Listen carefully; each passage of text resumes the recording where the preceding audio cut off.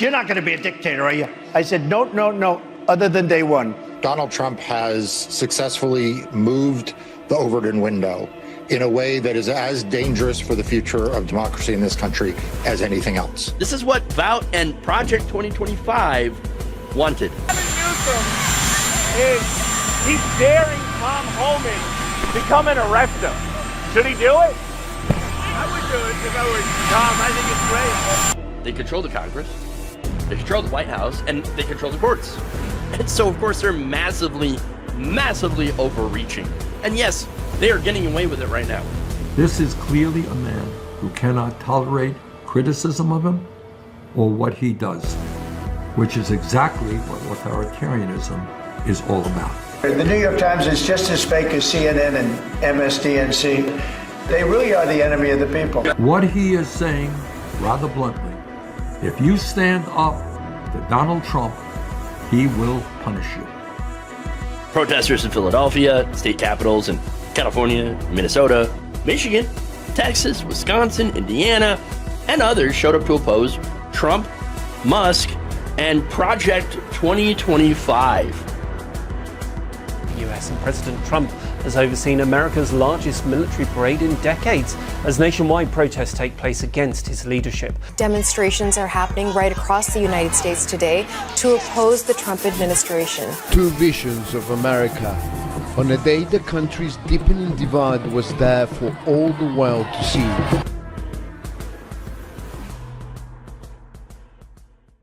What's up, everybody? Welcome to the show. It's Friday. I'm the logical leftist, and I got a fun show for y'all today on this Friday afternoon. So, fun times. We have a FAFO. We've got a Republican FAFO in Cleveland, Ohio. Apparently, a slumlord is not happy with the president after, the supply of international students has dried up. Gee, I wonder whose fault that is. We're trying to find the guy who did this. No, we've got that, including some voting records. Okay, which I have to, by the way, put in. So that's always fun. I was running a bit late today, so got some stuff to do. But don't worry, we're all set up now. Okay, anyway, we have Donald Trump's plan to solve the homelessness crisis. Oh, okay, you're gonna hate this one. I know I do. We've got a Heckler that trolled Ron DeSantis, which is always fun. Always fun to watch that. The Trump South Park episode. I'm going to talk a little bit about that. And then we have a CNN guest completely dismissing the starvation going on in Gaza, saying, oh, it's starving kids, who cares? It turns out a lot of people care. So there's that. Just completely disgusting behavior by Maldonado, who was the former lieutenant governor of California, by the way, saying this. And so that is just completely disgusting behavior, and I'm going to talk about it. So that's the show today. So before I get into it, please like and share the stream. Very important that you do so. I think my collar is all messed up here today. I know, I'm a mess. I'm a mess today. Total mess. It's Friday, so screw it. Let's do it. We're going to do it live, okay? We'll do it live! Damn straight. All right, we'll start out with some FAFO. Or is it? A Republican voting slumlord in Ohio is dealing with the consequences of his potential vote. I don't know 100% if he voted for Donald Trump, but I think I'm going to show you some evidence here, or will show you some evidence here that might get you to think, oh yeah, he definitely voted for Donald Trump. So now, what's going on? Well, apparently his building lost a significant amount of business thanks to Trump's immigration policies. News 5 Cleveland reports that Fannie Mae has filed a foreclosure lawsuit in federal court against an affiliate of the K&D Group, which is a major Northeast Ohio landlord, or a, well, slumlord, really. Now, K&D happens to be in default now and is unable to pay off or refinance the debt on the property. The lawsuit says that K&D owes more than $78 million in principal, interest, and other costs associated with the mortgage that had matured on January 1st. Doug Price, K&D's CEO, said during a phone interview on Thursday afternoon, quote, "We're out of ideas to fix the problem." Well, I mean, they could have started with fixing up the place, okay, the actual property, which they didn't do. But, okay, what exactly, though, is the problem that he's referring to? Well, it turns out a lot of people are not renting from K&D anymore. For example, the apartments on Reserve Square are actually more than half empty, according to Price. Now, normally, those apartments get rented out by students. Okay, these are student rentals. The nearly 1,000 unit complex was actually 93% full last year. That's a big change, going from 93% to less than half. But as I said before, the complex rents out to international students. Reserve Square, which is a 1970s behemoth, which rents out to students at around $1,100 a month. That is expensive. That is more than my mortgage. Okay, just to show you how insane rentals are. Okay, now this apartment complex has become reliant on international students who go to the nearby Cleveland State University. However, thanks to Trump's immigration changes, those students are no longer showing up. They're not coming to the country, and they're certainly not going to rent at the, Reserve Square. Okay. Other international students have left their leases, or have left as their leases came up for renewal, probably to get out of the country because they're afraid of Trump deporting them, taking away their student visas, and sending them out, as he's been doing to a lot of people, especially to those who are going up against the Israeli genocide that Trump is supporting. Cleveland State saw international student enrollment drop last year and is bracing for even more declines amid visa crackdowns and federal policy shifts. Now, Doug Price, he at least acknowledges that there is an issue there. He said a lot of it is from the new administration's stance on immigration. Okay. Now, that's part of it. The other part is, of course, is what I'm going to get to. The fact that this is not a good place to live. Okay. But anyway, when that pipeline of renters dried up, student renters, it was impossible to fill the void at Reserve Square fast enough, said Price. And he said, look, I had a new loan lined up last year, but ultimately we could not move forward because ain't nobody coming in to rent anymore. Quote, we were ready to go into closing, and then all the vacancy happened. And both of us knew that we would be in default. He was talking to his about his lender here. We knew we would be in default immediately. Immediately. And there it is. So, it seems like it, if this man supported Donald Trump and his immigration crackdown, well, then that would be a pretty big FAFO. Okay. Again, I'm not entirely sure, but we'll get into those details. Here's the other thing about this. It's a slumlord. Okay. It's a slum. This building is a disaster. There have been complaints by the tenants of slum-like conditions, garbage backed up into the hallways because the garbage chutes are clogged, laundry machines that are broken, don't work, haven't been replaced. One tenant, by the way, who had moved in back in 2015, they said, that their car was immediately vandalized despite being right outside the security desk. I mean, we're talking feet from the security desk. And so they're like, oh my God, my car got vandalized. It got keyed, and there were, they stole, my decals off my car. What's going on here? Like, why aren't you doing anything? Will you do anything about it? And they're like, nothing we can do. Sorry. Well, then what's the point of having a security desk? Okay, do you at least have any, security camera footage? Oh, I'm sorry, we don't have security cameras either. Oh, okay. Wow, that's a disaster. Now, not only that, but the apartment that this person was renting immediately got flooded. Immediately flooded.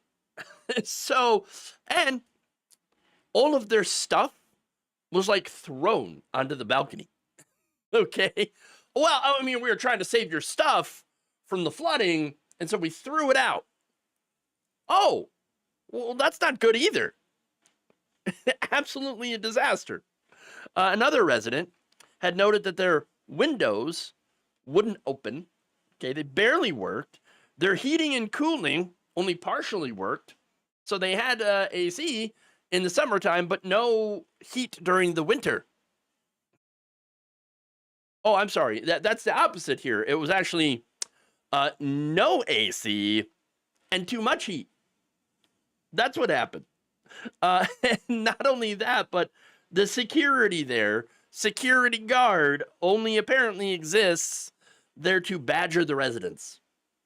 That explains it. That explains a lot.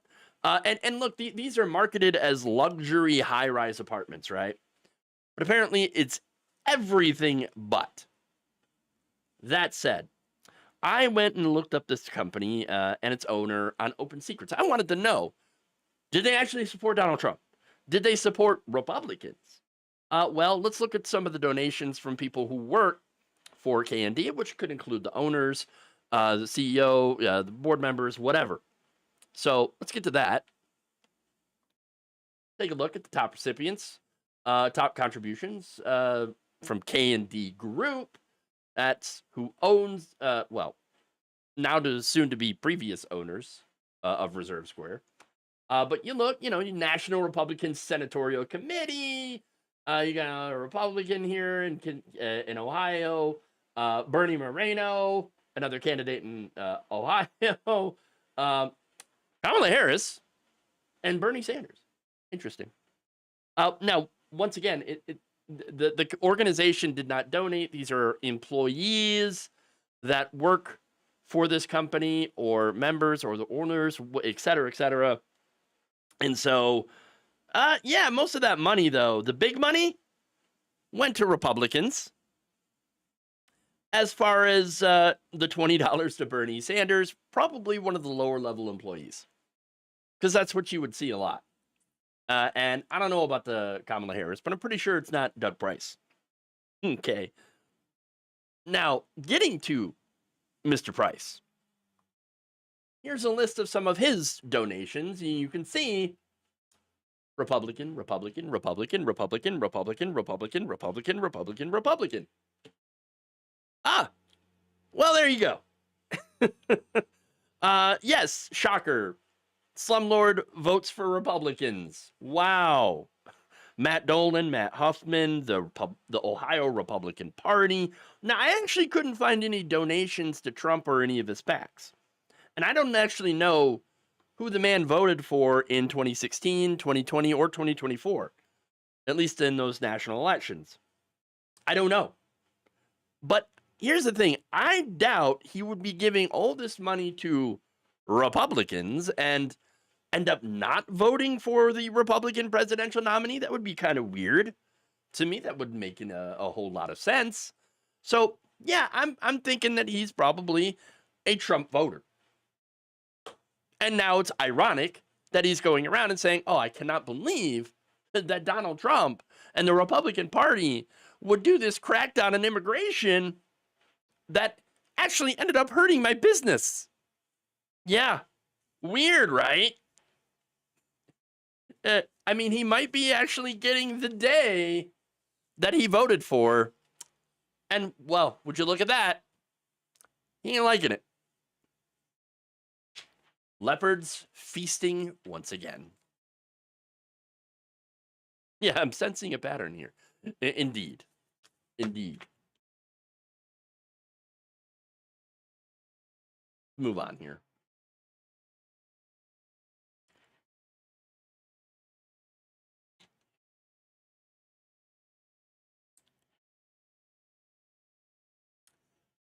President Donald Trump's new plan to solve the homelessness crisis has been revealed, and it's terrible. The president signed an executive order on Thursday, which allows city and state officials to forcibly institutionalize the unhoused. I mean, that is incredibly messed up. Now, the order advises local and state officials to forcibly commit individuals to long-term treatment facilities if they, quote, pose risks to themselves or the public or are living on the streets and cannot care for themselves. Trump wrote that this will restore public order. He said endemic vagrancy, disorderly behavior, sudden confrontations, and violent attacks have made our cities unsafe. Now, here's the thing. The main root cause of homelessness is not mental illness or addiction. It is the lack of affordable housing. That's really it. It's economic hardship. It's gentrification. It's rising rents and low wages. That's the issue. That's what is causing this. This is nothing more. His order is nothing more than trying to sweep the problem under the rug. And guess who's going to pay for it? People with health insurance. Yeah. One of those things, okay, that doesn't get talked about enough is who actually pays for the cost of institutionalizing people. I mean, sending them to hospitals, institutions, that is going to come out of people who pay for insurance. So, look, if you're homeless, you're likely not able to afford insurance. And if you are shoved into a hospital or a treatment facility that you are unable to pay for, what are they going to do? How are they going to recoup that money? Well, the hospitals are going to raise rates on insurance companies. They're going to charge insurance companies more, and the insurance companies will in turn pass that cost on to you. So this so-called solution just passes the cost onto insured people without actually solving any of the problems. This does nothing to make housing more affordable. This does nothing to make healthcare more affordable. Again, it raises the cost of insurance. So what are they doing? Once again, they're turning to non-solutions for real, actual problems. And they're doing it in probably the worst way imaginable, taking away people's freedom and self-determination. It's disgusting. Now, in a Thursday press release, the National Homelessness Law Center warned that Trump's order was, quote, rooted in outdated racist myths and deprives people of basic rights. True. Quote, instead of helping people who are struggling to make ends meet, Donald Trump remains focused on backwards, expensive, and ineffective policies that make homelessness worse. Today's executive orders, combined with MAGA's budget cuts for housing and healthcare, will increase the number of people forced to live in tents, in their cars, or on the streets. Now, according to the National Coalition for the Homeless, they address the order by pointing out the causes of homelessness are, of course, lack of affordable housing and a lack of government-funded housing assistance. Obviously, Trump's order does not address any of those issues. In fact, it actually makes assistance more difficult to get.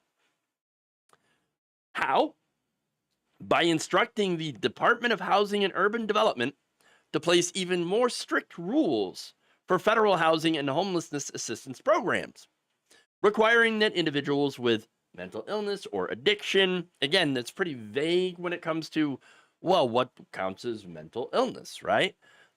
And also, it prevents them from participating in treatment programs to receive any of those aids. I'm sorry, it says that people with mental illness or addiction has to actively participate in these treatment programs. Now, you might think that that sounds a little bit reasonable, right?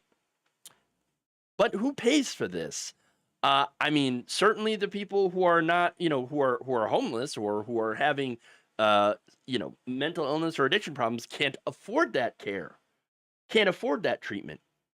And so if they cannot afford the treatment and there's no federal programs to help them afford that, then how the hell are they going to be able to afford it to get access to those assistance programs? They're not. I mean, that's pretty simple, right? Not only that, but again, you have major cities that have already enacted similar laws as far as allowing law enforcement to forcibly institutionalize the unhoused. They already did this in California and New York. And has that helped? No, it hasn't. Not only that, but Trump's order also instructs the Substance Abuse and Mental Health Services Administration to strip funding away from harm reduction programs, which aim to minimize some of the more negative outcomes from addiction by promoting safer drug use and providing legal aid and, a path for people to get out of addiction. But Trump said, oh, that only facilitates illegal drug use and its attendant harm. You do know what harm reduction is, do you not? Harm reduction is simply that, to reduce the amount of harm that this behavior inflicts upon the individual. And guess what? It works. It saves lives. Research shows these programs result in fewer life-threatening infections related to unsterile drug use, lower rates of chronic disease such as AIDS and hepatitis C, and reduced overdose fatalities. But Trump says, let's get rid of it. We're going to get rid of these things. Well, what do you think is going to happen? More people are going to die. You're going to see more drug deaths. You're going to see more infectious disease. That's the reality of the situation. Now, I know that there are too many people out there that don't really give a damn about these people, okay? They see the addiction, they see the homelessness as a personal moral failing. Oh, well, you should have just made better decisions then. They're more than happy to throw these people away, and Trump, of course, is saying, yes, let's, go ahead. Let's do this. There is a lack of human empathy for people whose lives couldn't get any worse, and most likely have hit rock bottom due to a combination of, yes, let's be fair, some poor life choices, but also from systemic problems like not being able to afford rent or education, going into debt, personal family emergencies, death, sickness, whatever, deaths in the family, sickness, and et cetera, et cetera. I think that instead of saying F you to these people, like this administration is doing, I actually want to help them get better. But this is not the way to do it. This is not the way to do it. As for the unhoused, once again, huge lack of empathy for these people who experience homelessness. Okay, there are a lot of lies. There's a lot of judgments against them. There's a lot of laws that are targeting them, not to help them, but to try to get them out of the way, out of sight, out of mind. This is their entire plan. This is the conservative plan for homelessness. Just get them out of my sight. Just get them out. I don't want to see them. I don't want to know about them. I don't want to hear about them. I want them out of here. And that's exactly what Trump's doing. Remember, Trump on the campaign trail, he would constantly talk about how he wants to forcibly move homeless populations from the streets of major cities and stick them into tent cities on what he calls inexpensive land, which is probably, of course, terrible. Okay, I'm thinking landfills. Oh, you think that Trump wouldn't stick homeless people in landfills? Of course he would. Of course he would. So, look, what this is, it's a Trump bill. That's what they are. And why do I call them Trump bills? Well, you may have heard of Hoovervilles, okay? Back during the Great Depression, these were shanty towns on the outside of cities where people who lost their job from the Great Depression They lost their jobs, they lost their homes. They ended up having to go there. And of course, people named them after President Herbert Hoover, who they see as saw as responsible for the economic depression. So now, looks like we're going to have Trump bills. Shanty, towns, ramshackle villages set up in these outside of these cities where all the poor people go. And Trump's super happy about it. Yeah, Trump bills. Yes. He's probably going to be happy about that because it's named after him. No, this is a terrible executive order. It's only going to do more harm than good, which makes me believe, personally, that that's the point. Nothing that Trump does to, quote-unquote, help people or solve problems actually does any of that. It actually makes problems worse and exacerbates human suffering, which, again, I think is the point. The cruelty is always the point.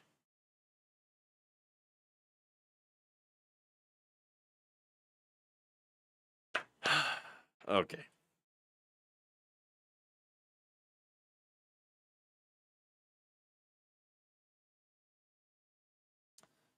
Give me your tired, poor, etc., isn't it? No, they they want to throw away the tired, the poor, and stick them into alligator Alcatraz. Okay. Let's try to have a little fun.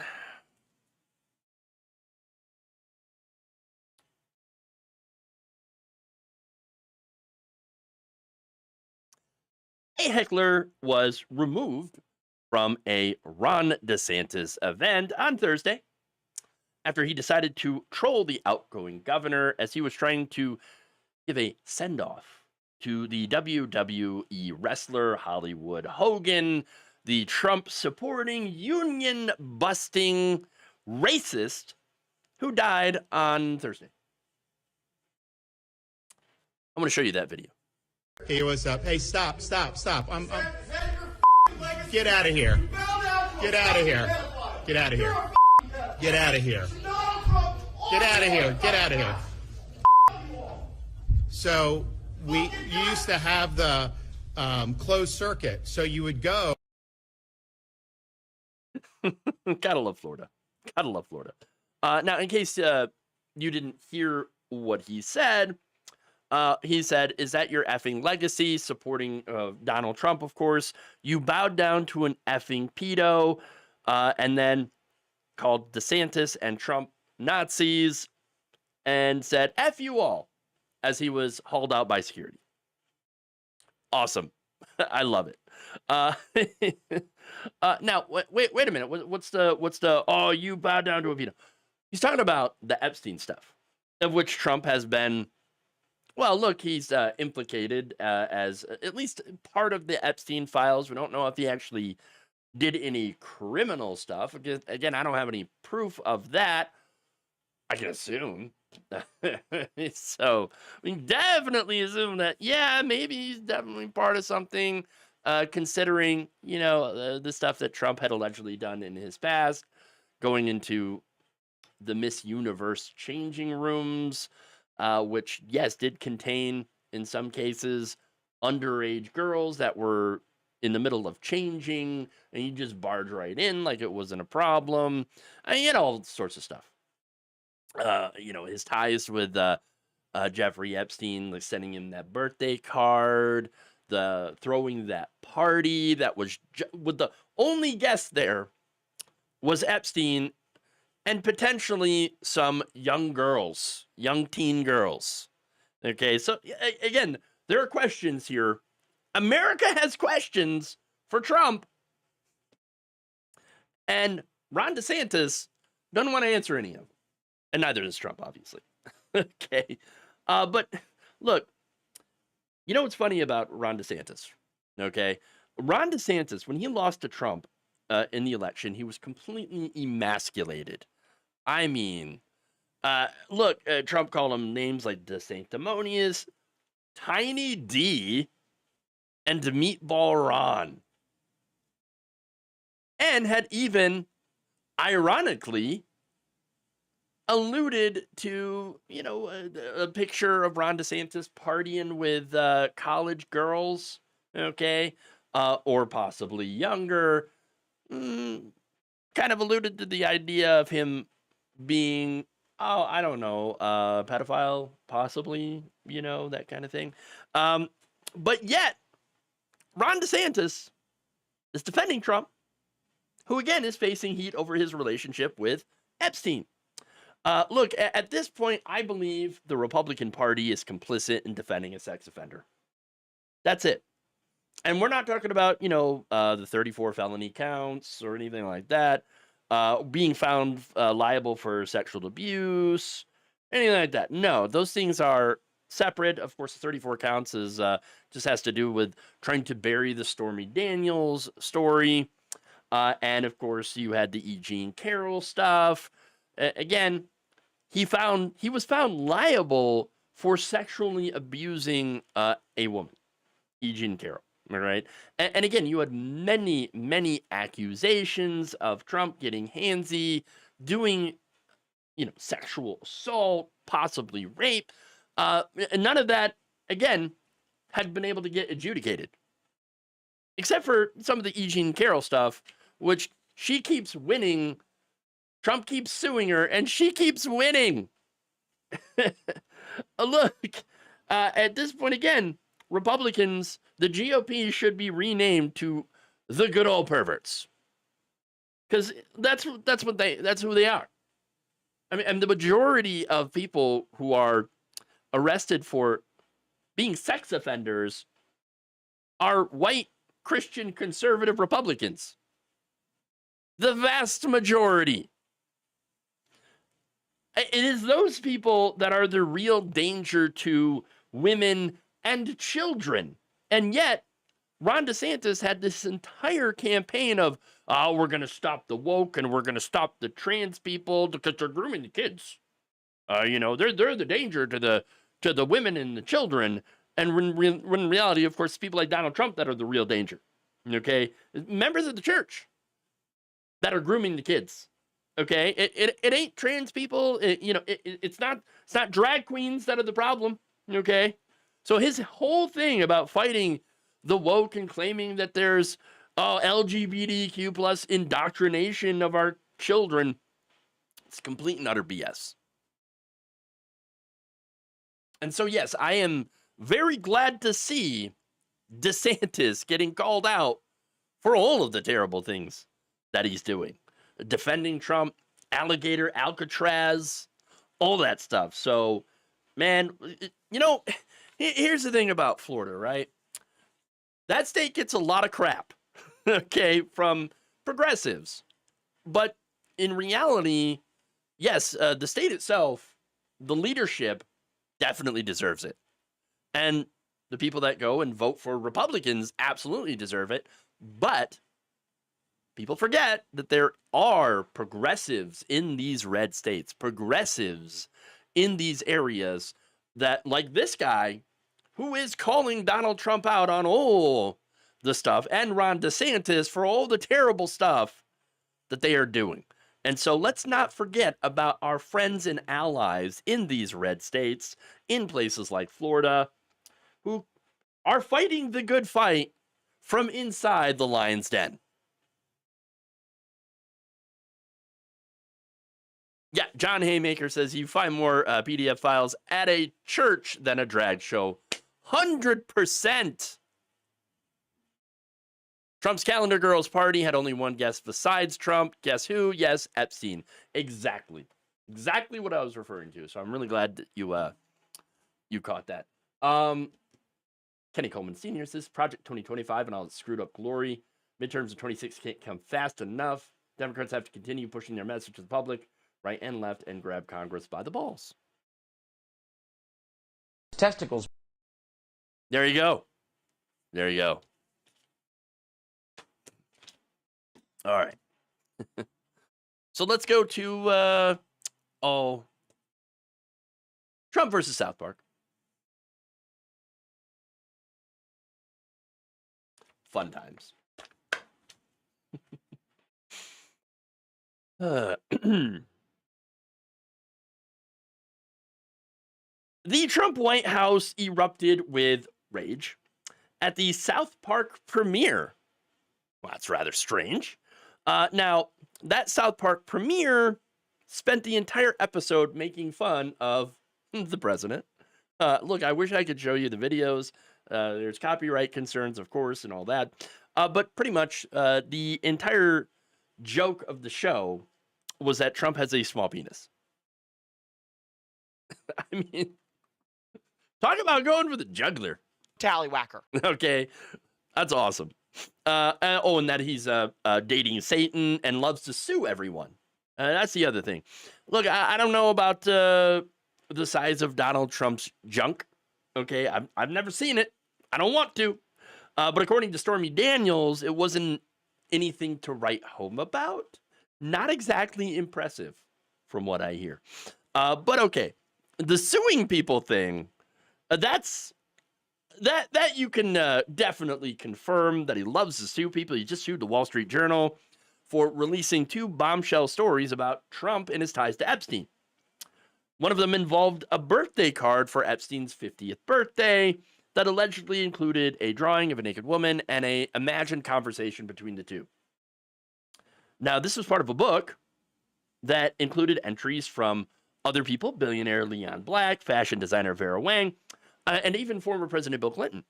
Okay, so that's the bombshell that came out today, which again isn't at all surprising, since Clinton and Epstein also had their own relationship. In fact, here, let me read Clinton's letter. Okay, saying, "It's reassuring, isn't it, to have lasted as long across all the years of learning and knowing, adventures, and some illegible word, and also to have your childlike curiosity, the drive to make a difference, and the solace of friends." Okay. Now, a Clinton spokesperson, of course, declined to comment on the letter. I really wish they would have, but they instead pointed to a prior statement asserting that the former president's ties with Epstein had ended a decade before Epstein's 2019 arrest.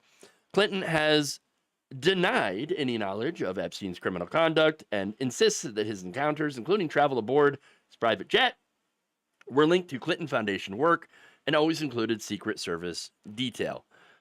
So, okay, look, here's my thing about that, right? If Clinton, yes, Clinton's in the files, no doubt. If he did something wrong, prosecute him. Release the files. Release the files. That's it. I don't care who's in it. If you harmed a child, and if there's evidence of that in these files, then yes, for the love of God, release them. Whether it's Clinton, whether it's Trump, or is it both? I can't say for certain, but if they are, go after both of them. Yes, we're not a cult here. Okay, we're not a cult, and especially on the left, not a cult when it comes to politicians. So yes, if Clinton did something that he shouldn't have, then absolutely you should get in trouble. But that said, getting back to Trump here, and his propensity to sue people. He sued the Wall Street Journal for $10 billion and claimed that the card was completely fake. Didn't exist. But actually it does. There's a whole book. Okay. Now, saying that, it's fake news, it's a Democrat hoax, and all that stuff, it makes you think, what are you hiding? What is so bad in there in those files that you are, lying about them, that you are trying to hide them, that you are having the FBI use 1,000 agents to go and scrub your name from these files? Gee, what's so bad? Not only did he sue the Wall Street Journal, Trump also sued a bunch of other outlets. According to an Axios analysis, Trump and his businesses have been involved in at least 34 media or defamation suits since 2015, so the last 10 years. And in 2023, Trump Media and Technology Group sued 20 media organizations, including Axios, for defamation. That suit is currently ongoing. Trump or his businesses also served as a plaintiff in 59% of those cases, 4 before announcing his presidential run, and 20 afterwards. It's kind of a big difference, right? Like, oh, yeah, you run for president, and then now you sue all these media organizations. He and his businesses were the defendant in 3 cases before and 14 afterwards.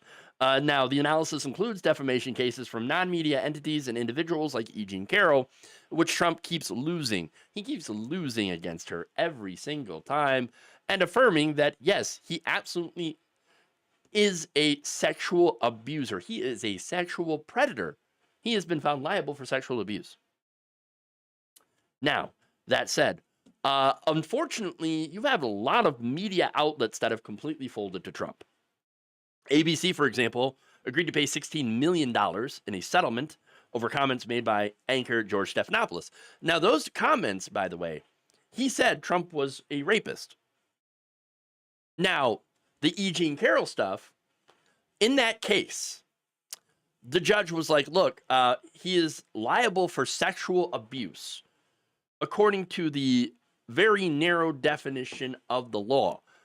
But really, that would be, I would classify that as a rape, personally.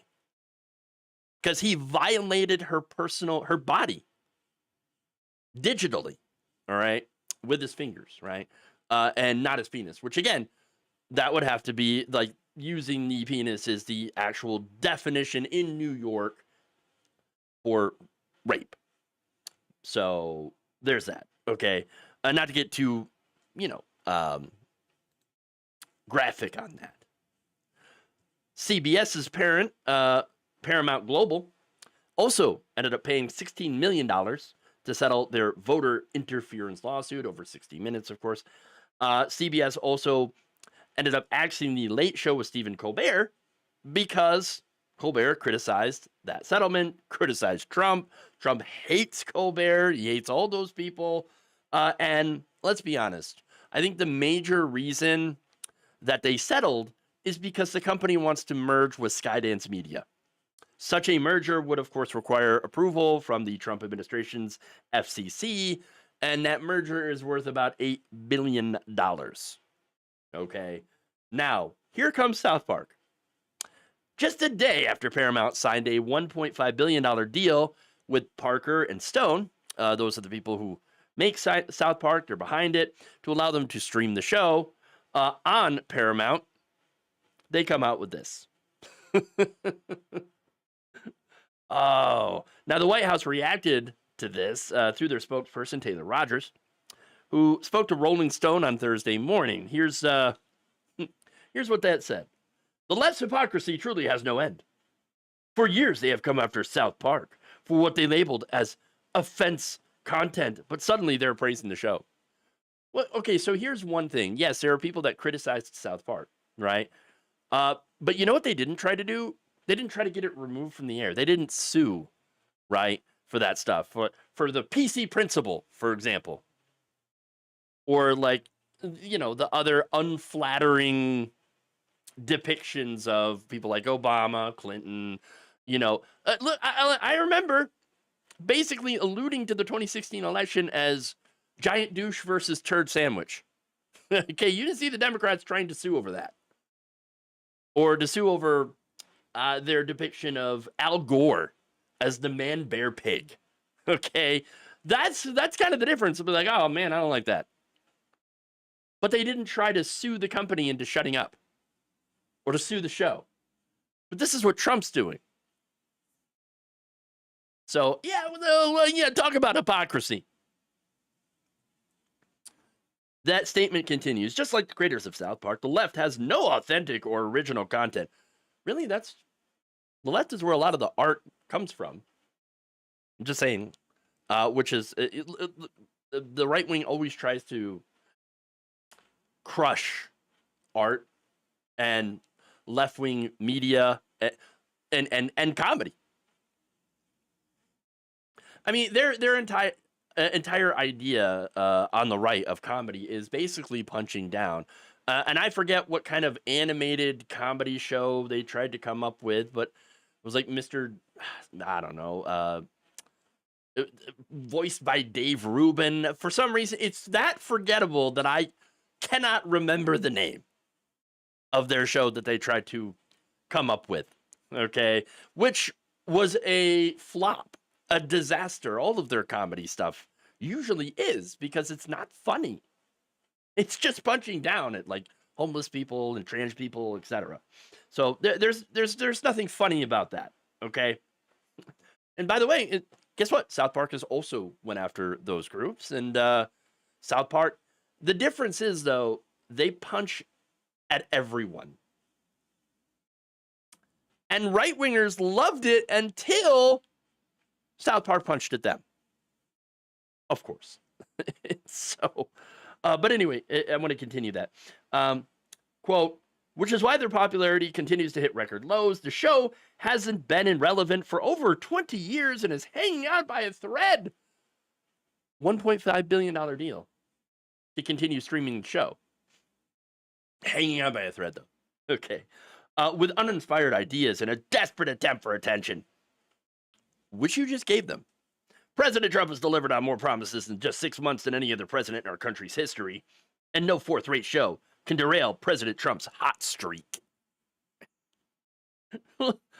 Why then, if they're so unimportant, uninspired, and unpopular, fourth-rate, why would you then take the time to put out a literal statement about it? This is Streisand effect. You're just going to blow up the episode even further with your reaction and give them more attention, which, great.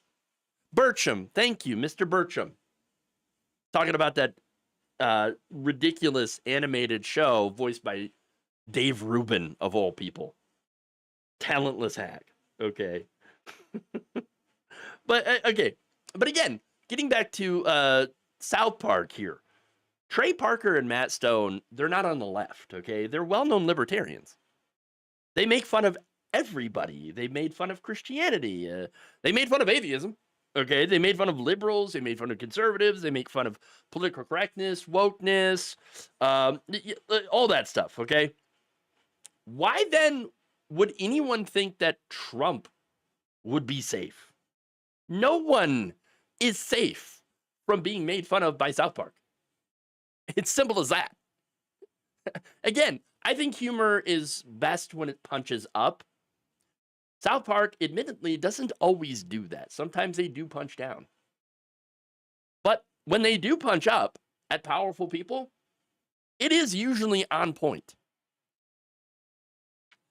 And you cannot punch up more than punching at the President of the United States. And, by the way, punching at your own network for bending the knee to Trump. And I think the message here from them is, go ahead and sue us. We're ready for it. We hope you do. Do it, and let's see what happens. And you know what? I'm here for it. Enthusiastically. Let him fight. Let him fight.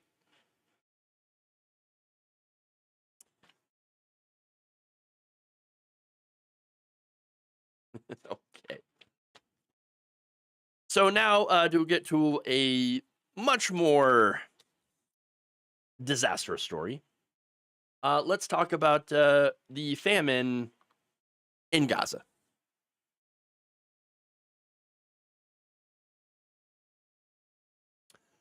The former lieutenant governor of California, Abel Maldonado, believes that starving kids in Gaza deserve it because they're the Hamas or something.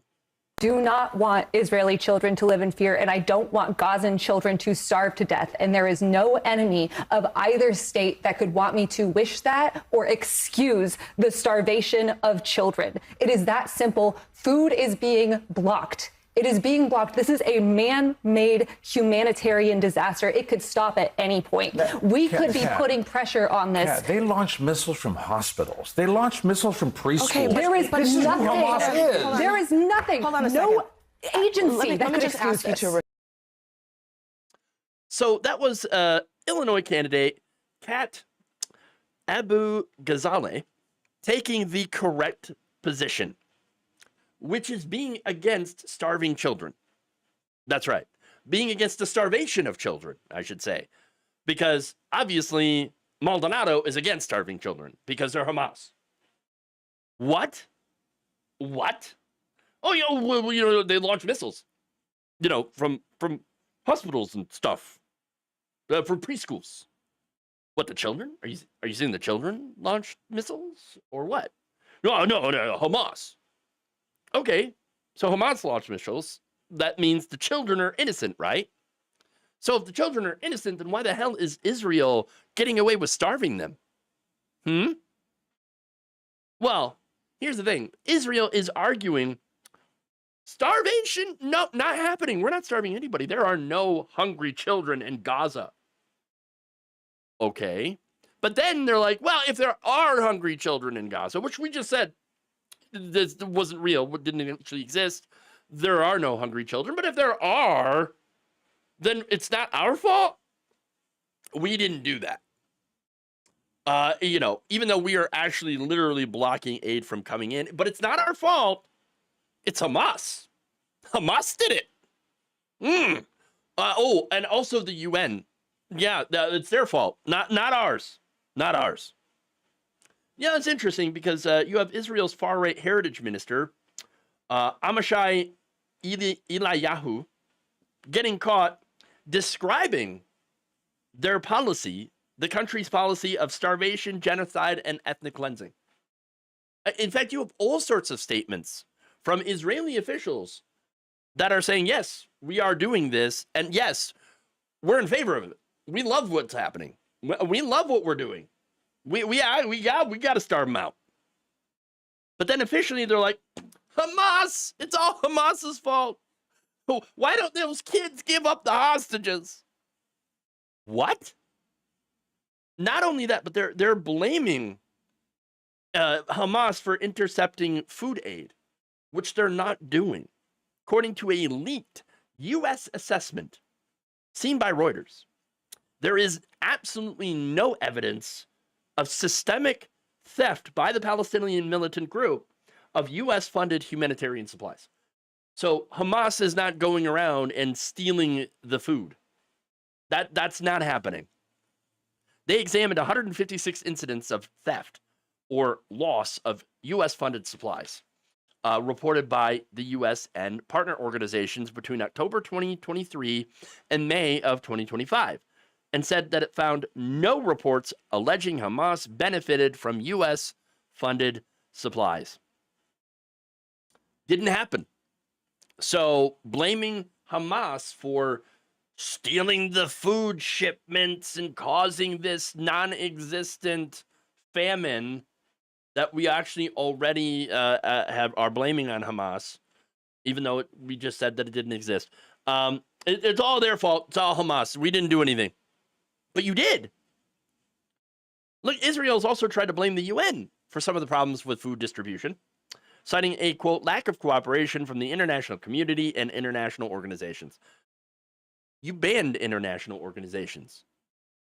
They shut down UN RWA, I believe.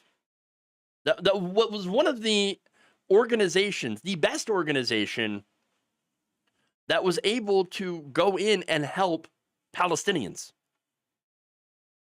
You banned that. You got rid of that. So, I mean, you get rid of the, and allege, of course, that they're Hamas, that's why. So the best aid organization, when it came to feeding people in Gaza, not only are you getting rid of those organizations, but you're blocking food shipments, and then when what little food shipments are able to get into the area, you set up snipers and the military to attack Palestinians, hungry Palestinians who try to get that food. I mean, these are war crimes. They're killing people at distribution centers. More than 1,000 Palestinians have been killed trying to get this food. I mean, these are war crimes. These are absolutely war crimes. These are crimes against humanity. And yet the Israeli military, the Israeli government wants to claim that, no, we're not doing any of that. We're not war criminals. We're not doing war crimes. It's Hamas. It's Hamas's fault. Why don't they give up the hostages? It's never been about the hostages. How many deals have been wrecked by Israel walking away because they want to basically, quote unquote, finish the job? They want to do an ethnic cleansing. They want to get these people gone. And I guess one way that they're trying to do is to starve them out. Now, why would they want to do this? Because they want the land. They want the land. They want it for themselves. And look, Trump's all in favor of that, by the way. He wants to build Gaza Lago. They want to develop the area, but they can't develop the area until they kick out the Palestinians. That's it. Now, Abu Ghazali, she is one of the few Democrats that are pushing back on support for Israel. She is actually standing up for Palestinians because she's Palestinian American, right? Many politicians, especially the Democrats, unfortunately are too afraid of AIPAC to push back. They're too afraid of getting primaried. They're too afraid of the Israeli lobby. And so, too afraid of angering right-wing donors that donate to these pro-Israel groups. They're so afraid. And so they're not standing up. But fortunately, there are some people who are standing up, and Kat is one of those. And it's absolutely disgusting that people like Maldonado are actually excusing the intentional starvation of children by once again saying, Hamas. It's that guy's Hamas. It's absolutely just unconscionable and disgusting.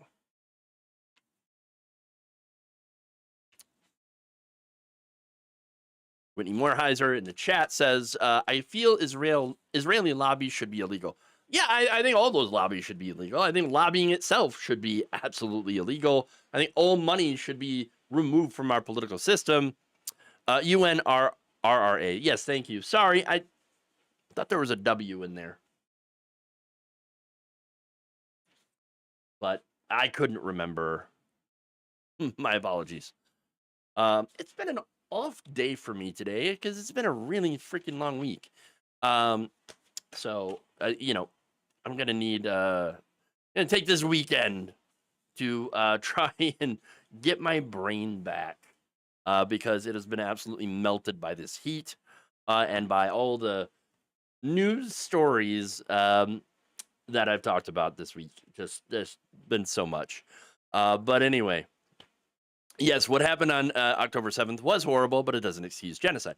Yeah, exactly. That's what I think about that. And also,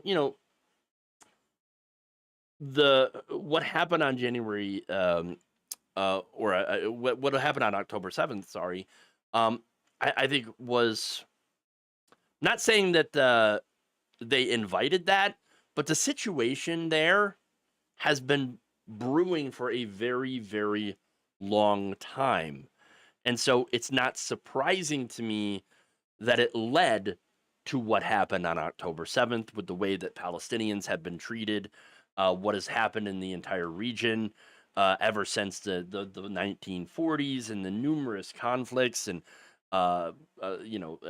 between the two sides, and of course the just staggering amounts of deaths, Palestinian deaths, because you have these two sides which are not on equal grounds. They are not on equal footing. I mean, yes, Palestinians will launch rockets into Tel Aviv, and that's not good. I don't agree with that. I don't think that they should be doing that. But they launch a couple of rockets, and then that kill maybe a couple of people, which again is terrible. You shouldn't do that. But then Israel will then launch a complete, they'll use their fighter jet, and again, a lot of this is U.S. made weaponry that will be used, dropping massive bombs, airstrikes, ground troops. Tens of thousands of Palestinians, innocent people, end up getting killed. in those attacks, and it's just not proportional. Between the response is not proportional. And again, when you have this country, Israel, that is controlling, the basically entrance into Gaza, entrance and exits into Gaza, controlling their water, their food, their electricity. I mean, all of that. It's basically, they've been living in an open air prison, the Palestinians have, for decades. And it shouldn't be surprising. It's unfortunate, but it shouldn't be surprising when the people inside those prisons want out and they strike out. I mean, if only, the United States and Israel were not blocking any attempt, had not blocked any attempts by the Palestinians, any and all attempts for them to actually have their own state, we wouldn't be in this position. But unfortunately, that's where we're at. It really is just a horrific situation. Okay. Anyway, that's all I got for the show. Please like and share if you haven't already. Subscribe if you haven't already. Check out, our YouTube channel if you're not already on it and not already subscribed. Become a patron. Patreon.com/JeffWaldorf, or sign up to become a channel member by hitting the join button below. Jedi Protector, who was a member, made the comment here: a majority of the Republican Party has goldfish memory. Yeah, that is true and unfortunate. All right. With that said, everybody try to have a good weekend. Stay cool if you're in the Midwest or Mideast, sorry. No, Midwest. Sorry. Again, it's hot here and it's frying my brain. So I gotta go and cool off after I get done with editing and get some dinner. So thank you all again. I love you. And remember, change begins with you. We'll see you on Monday.